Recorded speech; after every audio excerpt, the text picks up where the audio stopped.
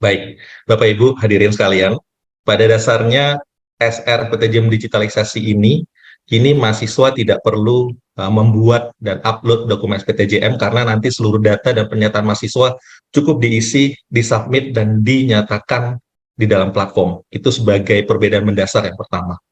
Nah, selain itu pula perbedaan mendasar kedua, di mana sebelumnya kami, tim pelaksana pusat kampus Merdeka yang melakukan verifikasi data dan dokumen mahasiswa, kini tidak kami lakukan lagi, tetapi proses verifikasi tersebut akan dilakukan oleh program studi.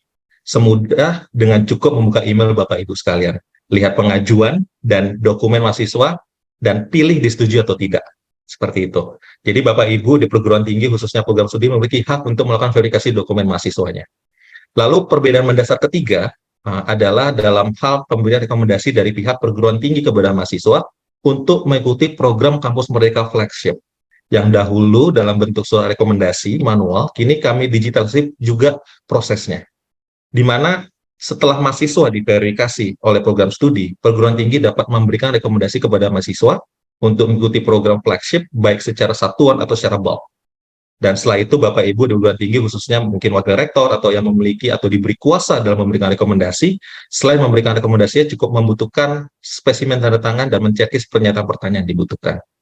Dan yang terakhir Bapak Ibu sekalian, perbedaan mendasar keempat itu adalah di mana untuk mendukung proses digitalisasi ini akan ada dua proses yang perlu dilakukan oleh perguruan tinggi, yakni secara sederhana yang pertama, pembuatan akun perguruan tinggi, sekaligus submit dokumen yang dibutuhkan seperti informasi dan kontak serta submit surat kuasa untuk penunjukan pemberi rekomendasi.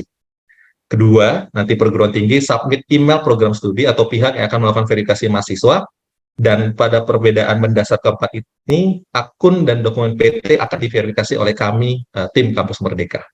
Baik. Nah, Bapak Ibu hadirin sekalian, sekali lagi saya izin menyampaikan perbedaan proses bisnisnya. Yang paling atas adalah proses bisnis saat ini untuk tahun 2023, yang nomor 1. Nah, lalu di 1A, ini adalah proses bisnis di 2024 bagi sudut pandang mahasiswa, dan 1B adalah sudut pandang perguruan tinggi dan program studi. Seperti yang tadi saya jelaskan, Bapak Ibu sekalian, bahwa sebelumnya setelah mahasiswa mendaftar, mereka akan mengupload dokumen berupa SPTJM yang saya datangkan basah, lalu akan diupload dan itu akan diverifikasi oleh tim program. Seperti itu. Perbedaannya bagi sudut pandang mahasiswa, selain nanti mereka hanya cukup mengisi data dan lalu dokumen diri di platform, nanti mereka di 3A, mahasiswa akan melakukan persetujuan terhadap poin-poin pertanggungjawaban dan kebenaran datanya.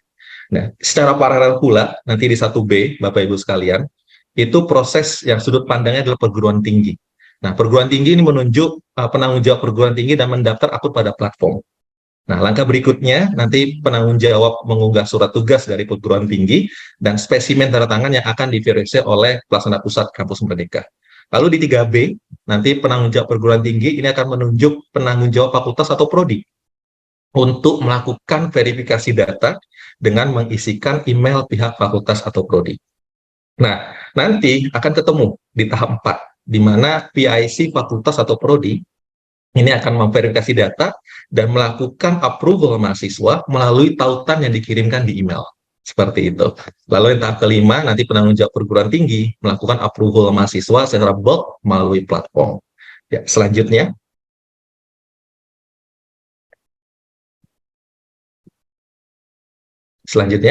Baik.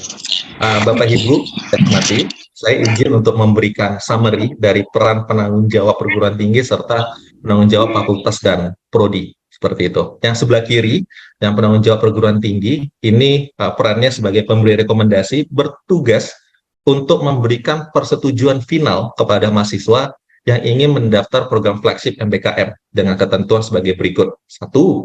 Pemberi rekomendasi wajib mempunyai salah satu jabatan sebagai pimpinan perguruan tinggi. Lalu yang kedua, yaitu pemberi rekomendasi bertugas menentukan penanggung jawab dari masing-masing program studi atau fakultas untuk bertindak sebagai pihak yang akan merekomendasikan mahasiswa untuk mengikuti program MBKM flagship. Lalu yang ketiga, pemberi rekomendasi bertugas memberikan persetujuan akhir daftar mahasiswa setelah mendaftarkan rekomendasi dari prodi atau fakultas pada laman MBKM. Lalu yang kedua, Bapak Ibu sekalian, yaitu penanggung jawab fakultas atau prodi, perannya adalah sebagai penanggung jawab yang bertugas untuk 1. melakukan verifikasi kebenaran data dan dokumen mahasiswa yang akan mendaftar program flagship MBKM. Yang kedua, itu adalah memberikan rekomendasi kepada mahasiswa untuk mengikuti program flagship MBKM. Dan yang ketiga, itu adalah melakukan koordinasi dengan mahasiswa apabila terdapat data atau dokumen yang perlu diperbaiki.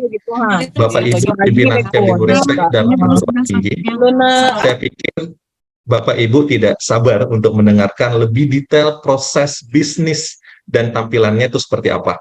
Setelah ini, nanti saya akan mengundang teman-teman dari pengembang platform Kampus Merdeka untuk bantu menjelaskannya. Sebelumnya saya ingin ingatkan, dalam waktu dekat ini pendaftaran akun perguruan tinggi akan segera dibuka, berikut juga dengan submisi data dan dokumennya. Setelahnya proses pendaftaran mahasiswa akan mengikuti, Bapak Ibu sekalian. Dengan adanya perubahan ini, harapannya kita dapat memberikan kesempatan kepada adik-adik mahasiswa kita untuk dapat ikut program flagship dan mempermudah proses pendaftaran dan verifikasinya. Tidak hanya itu, kami mengharapkan bantuan dan dukungan dari Bapak Ibu perguruan tinggi dalam inisiatif ini.